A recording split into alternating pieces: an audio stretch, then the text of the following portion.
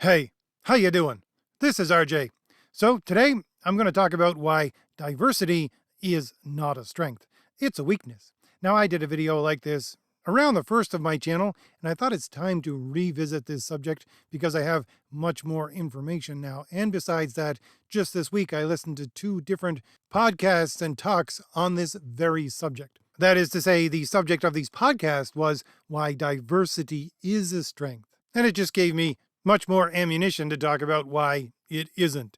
But before we get there, I just want to let everyone know that the link is in the description for my shadow banned Indiegogo campaign for my 2 84-page superhero graphic novels that concentrate on heroics, excitement, and fun.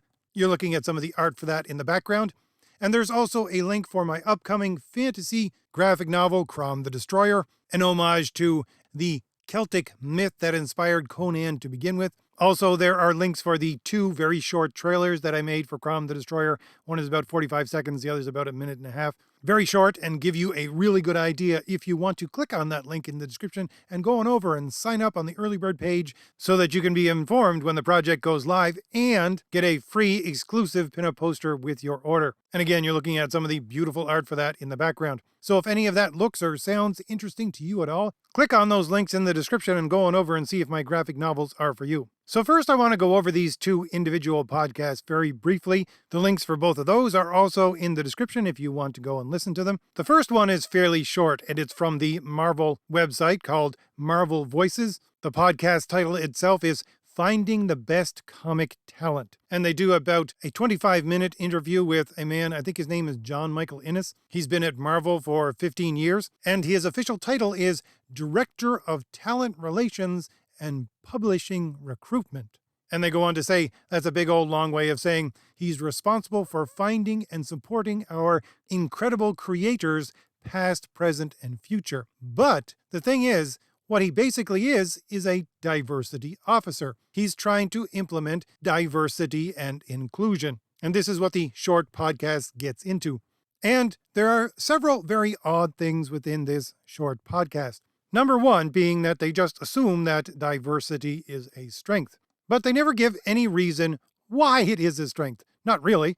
He does talk about the fact that you always want your creative authenticity. That is to say, you want your characters to seem authentic to your audience, so you have to get talent which makes those characters authentic, which then rolls right back into the unspoken idea that only persons of a certain race can write a certain race, only persons of a certain culture can write a certain culture, only persons of a certain religion can write a certain religion, which is something that Marvel does all the time. But that reason falls apart pretty quickly. Why? Because that's only for marginalized groups, you know. If you have a marginalized group, oh, they can write a white person, no problem. They can write a Christian, no problem. They can write a straight character, even if they're not straight, no problem. They can do all of that because they have these extra, superhuman abilities to do that by being the oppressed. It makes 0 sense and falls apart when you think about it for 2 seconds. But again, we're talking about trying to sell a product here because he works for a company, but they never ever go into the idea of why in the world do you want to be authentic with these diverse characters? Well, it seems like they want to draw in more diverse people into their audience, but that really doesn't make a whole lot of sense if you're looking at it from a North American perspective. He's always talking about mostly people of color here, and more specifically the Black community. But if you look at the statistics for what the percentage of American people are Black, it's about 13%, and it has remained 13% for a long time. And if you want to draw those people into reading comics, well, that's fine and all, but if you're doing it at the expense of excluding other kinds of people, that is to say, the majority of people who make up the comic buying customer base, which is white North Americans, then you got yourself a problem there. But they never go into that. And even if you take all of the diverse people, that is to say, non-white Christian male people out there, and add them all together, they still don't add up to as much as the straight white Christian men who buy comics. So it makes no sense economically. And if they want to say, well, we're doing this for a world audience. It's now a world product. Well, that doesn't make any sense to me either. Why? Because if you're saying that you need to appeal to these people on a world audience, then why are you looking at race and relations and everything else like that according to a very specific American way of looking at it? It makes no sense. Anyways, these are just my thoughts on the podcast. My way of stating again that they just assume diversity is a strength, and the flimsy reasons that they give for it, if you scratch even the surface of their rhetoric, you'll see that they make no sense. And not only that, but this guy who's being interviewed, this promoter of diversity and inclusion through hiring, he seems to try to push diversity and inclusion as a good thing by spouting off what I would see as bold-faced lies. Which to me says that here you have a guy who's promoting something and he knows he has to lie about it in order to actually sell it, so he doesn't quite actually believe it. Because this is the way that I look at things, being trained in a political theory kind of way. You don't just look at what people say, you look at how they say it, you look at if it's all connected together, you look at who they are, all these kinds of things, and see how they fit together. And here's one of the things that he talks about. He does talk about coming into comics as a kid. He said he comes to comics via Sonic the Hedgehog. That is to say, he played the Sonic the Hedgehog game and then he got into Sonic the Hedgehog comics.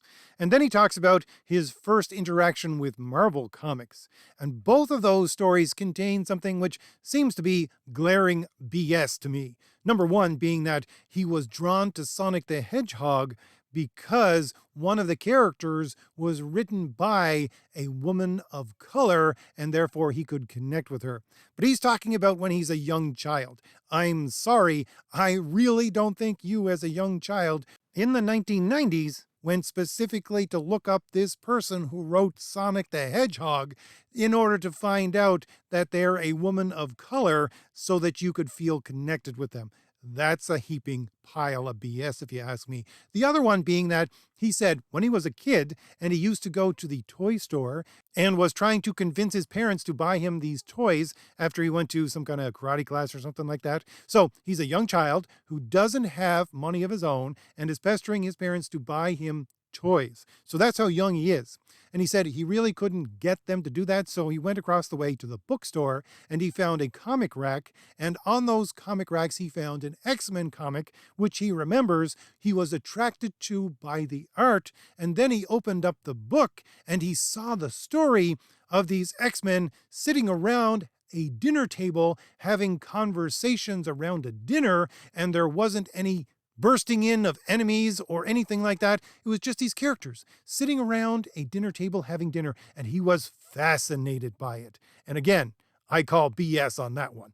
But my point being that here's a guy, he's all about diversity and inclusion, but then he tries to sell it by selling you these lies. So that would say to me that he knows, to some extent, that he's got to lie in order to prove his point, which again says to me that he understands on some level that this is a bunch of nonsense. But here's the point that I wanted to go over with all of that. I want to compare and contrast that with the second podcast. Really, it was a panel that I ran across.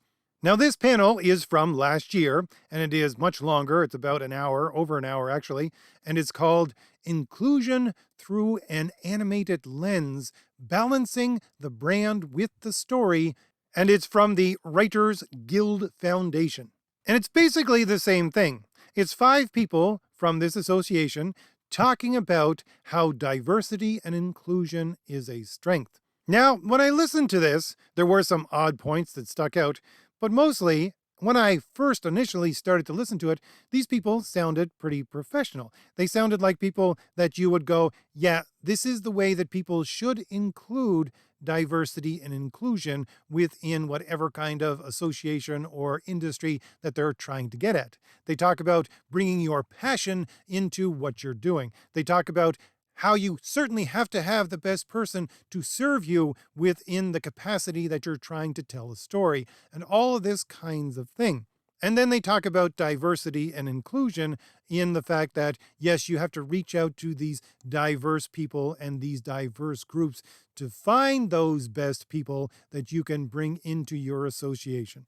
Again, there were some odd parts to it. Right at the first, when the Japanese guy wants to speak, he basically apologizes for being a male and thanks them for including him in this, even though he's a man and not a Muslim. Why? Because the rest of the panel is made up of 3 women who are women of color and 1 man who's a Muslim. Therefore, they're all much more diverse than him, I guess. And so he has to grovel before them and thank them for allowing him to participate in this thing. That, again, seemed extremely odd to me. But again, they seemed to be, and I stress that point, seemed to be very professional about what they're talking about and how they want to produce a product. And that's what I was thinking as I listened to them. Thinking to myself, yeah, this is the kind of way that people should bring diversity into their companies. But when I finished listening to it and thought about it for 2 seconds, I thought to myself, no, these people are more dangerous than that other guy who was telling lies in the other podcast. Why? Because they actually believe what they're saying. They actually think that they're being professional when they're bringing in diversity hires. And here's the thing.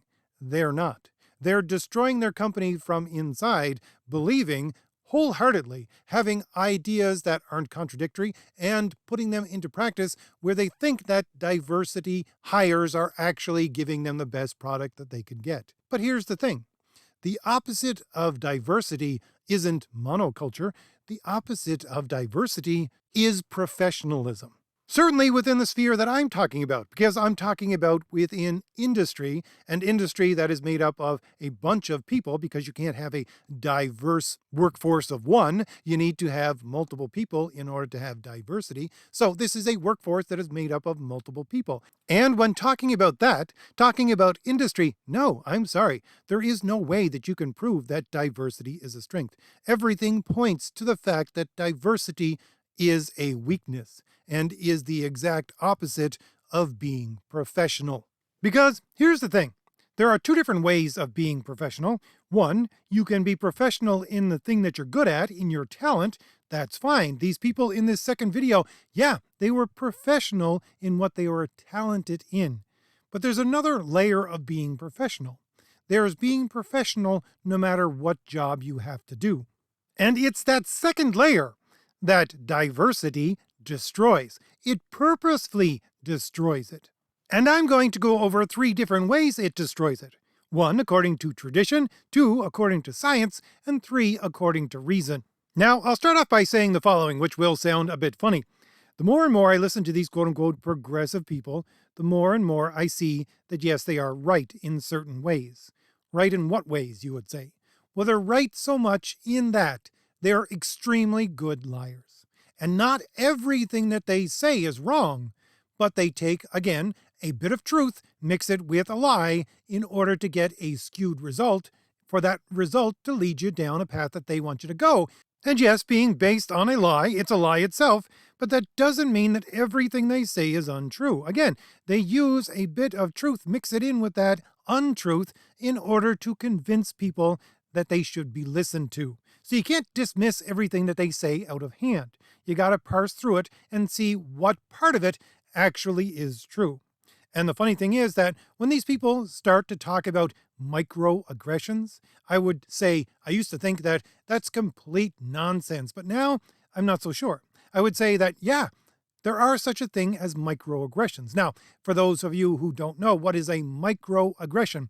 Well, it's an idea that within any group, and this does include within the group of the workplace, you can have people who do things that make others uncomfortable, which is a microaggression.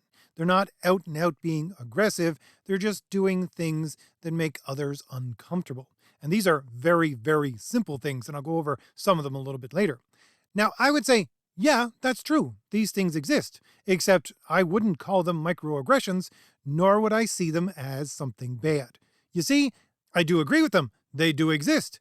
But I would say they're a good thing. I would call them micro-traditions. And those micro-traditions exist for a reason. In order, they would say, to keep us out, to keep us down. I would say, no, the keep you down part, that's on you. That's you and being someone who believes in a persecution complex for everyone, generated through a mindset that everything can be reducible to the persecuted and the persecutor. But the other point, to keep you out, yeah, that's actually what it's for. These things are there to keep you out in some way. Why? Because you're unprofessional, because you don't belong there, because you can't keep up.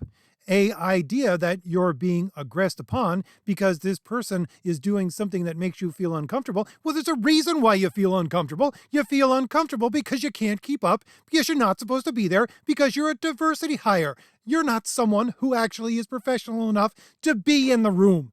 And let's look at that again, according to tradition to begin with. I find it really funny that we have all of these traditions, and I'm a traditional person, but these traditions, which science now over and over again is saying, hey, look, there's an actual reason why people do this, and it's here, here, and here, and it's scientifically proven. And I'm going, yeah?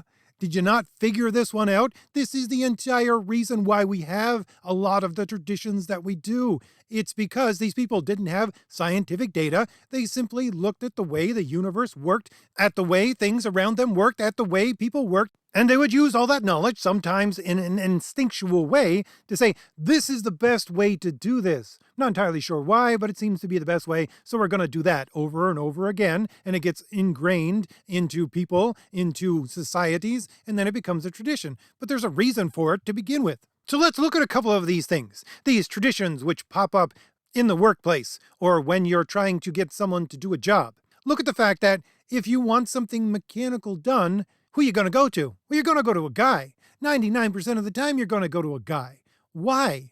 The progressive people would say it's just a misogynistic tradition perpetuated in order to keep females down. And I would say, yeah, it's a tradition, but no, again, that's your persecution complex coming out.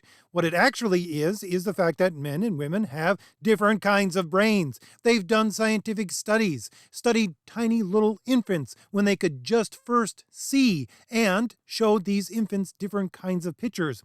The females are attracted to human faces. The males are attracted to mechanical things. This is something that is not part of what we are taught. It is part of who we are as human beings. And so you got a guy who thinks mechanical things are the funnest thing to look at, the funnest thing to explore, and you got girls who want to explore human faces and human emotions. Then who you gonna go to when you need a job done that involves mechanical things? Well, you're gonna get a guy. Now, I'm sure there's that 1% of females that are the exception to the rule, but again, 99% of the time, you're going to a guy, and there's a reason for that. It's not just a tradition. You're gonna get better service there because you're gonna get someone who has spent their entire life, even though they never even knew it, exploring mechanical ideas. If you're going to get something done like, I don't know, get sequential art done for a comic book, who are you gonna go to? Well, I would say 80% of the time, you're gonna go to a guy, and you're gonna get a better product. Why?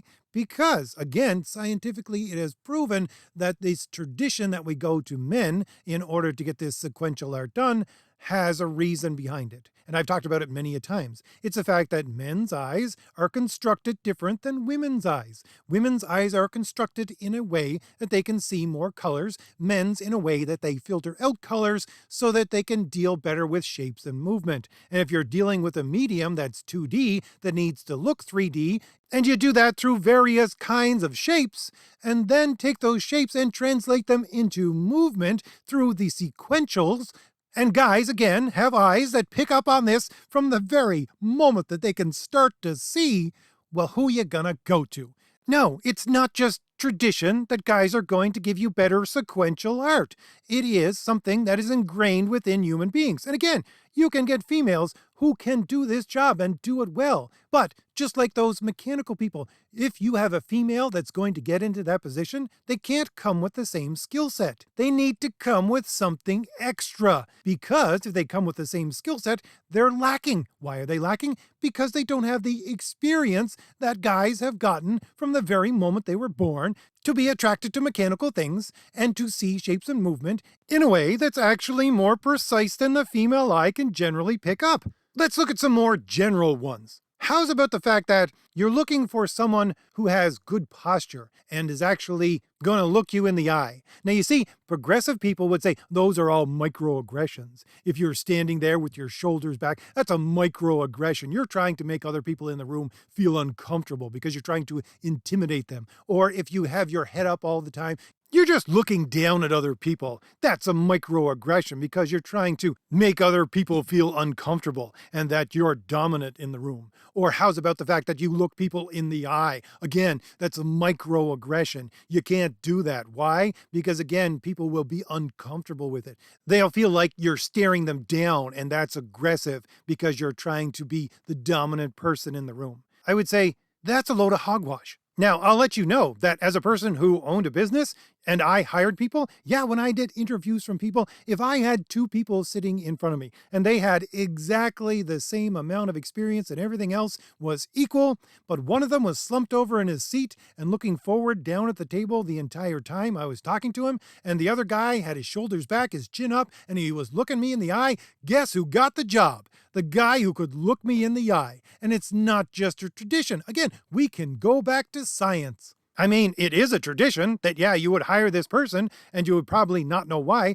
but you go back to science, we now know that if you're slumped over, if your chin is down and your eyes are looking down, that's a signal, an unconscious signal to your body to say, hey, time to shut down. Hey, take your metabolism and slow it down, and take your brain power and slow that down as well, because your body is telling me you're getting ready for sleep. And vice versa. Your body, when you have your shoulders back and your chin up and you're looking straight in front of you or up a little bit high, that's signal to your body that you're supposed to be awake, that you're supposed to concentrate on what you're doing because you're more alert. So guess what? The guy who has the good posture and looks you in the eye, he's going to get the job. Why? Because he's more alert and attentive to what he's doing, because his body position is telling him, guess what? Be alert and attentive. Have your brain functioning at the highest. Whereas the body of the guy with the slumped over shoulders who is looking down, his body is telling him that, you're about to go to sleep, so we're going to slow down your brain process. Again, so there's a reason for this tradition, why you would hire that person with good posture. Now let's look at one more that I think is true and is a tradition, but I don't have any scientific evidence to back it up, but I'm sure if I scratched the surface, I could find it. It's the fact that, hey, if you're going to have a job where you need to collaborate with other people, it's best to hire the person who's part of a nuclear family. I know it's tradition, but again, if you're looking at two applicants and they have the exact same everything, except one's from a nuclear family and the other's from a single parent household, pick the guy who's from the nuclear family. Why? Because you're looking for someone to collaborate with others. And in a nuclear family, what do you get? You get a husband and a wife and a child. And there is collaboration there. There's give and take. There's checks and balances. If it's anywhere even remotely close to a healthy nuclear family, then you're going to get input from the man and from the woman, the mother and the father, in order to raise you, in order to actually get things done. But if you're part of a single parent household, what are you used to? Well, you're used to that single parent making all the decisions, and that's the final say in everything. That's a mindset of being dictatorial. So, as I said, if you have these two people, hire the guy from the nuclear family. Why? Because from the very moment he could actually remember anything, he probably remembers being cooperative with others and being shown a way in which you act that is collaborative, which is exactly what you want. And again, I'm sure there are people out there that are exceptions to this rule, but if they come to the table, they need to come to the table with something extra, because you don't have all that experience from the very time that you were born up until now. So this entire thing, all of these traditions are there for a reason. And these people see them as microaggressions. These progressives see them as microaggressions because they can't keep up. They don't want to be in the same room with such people because they feel oppressed. You feel oppressed because you can't keep up, because you're a diversity hire, because you don't have all of these little things, and these little things add up so that the person who has them all is 4 or 5 steps ahead of you. So let's look at it in a purely scientific way, without the tradition this time. How do you get people to be the most productive at work?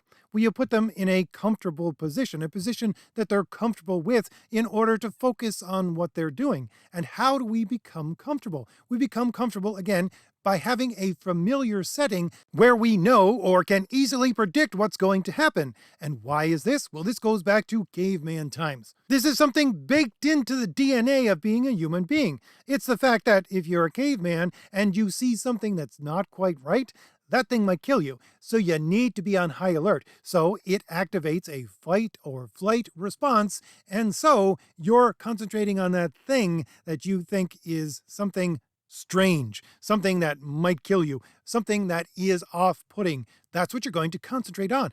And that's the exact opposite of a position of comfort and pattern that allows people to be the most productive. And I can hear someone say, well, I like new things because they're exciting. And I would say, yeah, that goes back to this exact thing that I'm talking about. Why are new things exciting to you? Because you don't know the pattern of what is going to happen with it. Therefore, it activates in a slight way, maybe the fight or flight response in your brain, which gives you a shot of adrenaline. But you know that nothing really bad is going to happen because you're usually in a situation where it's just a surprise of some kind. You know it's not going to kill you. But yeah, that's exactly what it is. It's making you more hyper alert to a fight or flight response. That's where this excitement comes from something new. And yes, people can be trained to actually deal with this in their lives. But again, that's one of the points that I want to bring out from that first and second podcast that I listened to. You notice the first guy, he was someone who helped the people not just get into Marvel, but he's also tasked with helping them continually as they're there. And here's the thing. If you want to have a diverse workforce, and you have to do this, you have to continually pat these people on the back. You have to continually make them feel comfortable. You have to continually give them the resources in order for them to deal with that constant fight or flight response being flagged up in their brain. Well, what are you doing? Well, you're taking your resources away from actually creating a good product and putting it more and more into making your employees feel comfortable so that they can make a good product. When you don't have to do that at all, you just have to not have a diverse workforce. Again, which means just get professional people there. And I'll have to add this ridiculous caveat to the entire thing because someone on the progressive side might bring it up. It's the fact that they believe in basically social Darwinism. They think that they can breed this out of people through social means. And I'm sorry, but that's ridiculous. First of all, if we look at Darwinism itself and the original experiments for it, which then we can bring up to today and they keep having the same results, if you try to force an evolution on something, it doesn't work. After about the 8th or 9th generation, those subjects either become sterile, which is an evolutionary dead end, or they revert back to stage 1 for some unknown reason. You try to force it, it doesn't work. If it actually can happen, it's gonna take you a couple of 100,000 years. So no, you're not doing it with a couple of diversity training sessions during the year. And finally, let's look at this rationally. What is reason? I just went over this in my last video. Reason is a recognition that we, as human beings, learn things not all at once, but in a step-by-step fashion. And therefore, how we reason is to take known truths and move from them to unknown truths. How do we do that? We look at the pattern of activity in those known truths. Again, we're pattern recognizers. That's just another way of saying we're rational. You take those patterns of what you do know, you apply it to a situation that you don't know everything about, and you say, hey, look, that fits perfectly. Now I know something I didn't before. Again, the entire thing is pattern recognition. And guess what diversity and inclusion are all about? They're all about getting rid of recognized patterns. It's all about there is no normal. And there's constant change. And this diversity is going to change constantly. That is a recipe for being nothing but irrational. And I fully understand that these quote-unquote progressive people would have no problem with that whatsoever. They don't like rationality. Even these people in the second video that I'm talking about, they're talking over and over again about the emotional way that you create these things. But here's the thing. Again, you're making something. You're producing something within a company. You're trying to sell it. All of the mechanism systems within which you are acting are all systems of recognizable patterns. I really hate to say this to people who are really young and haven't had experience with jobs. I've had a lot of different kinds of jobs, from everything from being a field hand to working in a law firm. I could tell you right now, every job is 99.9% just learning how to do a couple of things and doing them over and over and over and over again. You recognize that pattern and you become good at it. That's what most work is. I would say almost all work is. So if you think you're going to create things on nothing but emotion and you're going to get rid of the rational part of how you actually think, yeah, you got another thing coming. And to forestall another question, what about creativity? Well, rationality is creativity. It is finding a situation that you did not know about and then turning it into something you do know. This is creation itself. It's creation of a situation where you know something you didn't before. So yeah, rationality and creation go hand in hand. And I could go on forever about how rationality and the pattern of being virtuous leads into being a traditional hero. That's how I got into thinking about this to begin with, but I'll leave that aside for today. But the second caveat towards creativity and rationality being hand in hand is the fact that if you don't listen to that creativity, if you do get bogged down with tradition, so much so that you're using them in a way that's not rational, that's not according to the original pattern that inspired it, then guess what? In a free market system, someone else is going to come along which is more professional than you and provide a better product. That's the way the system works.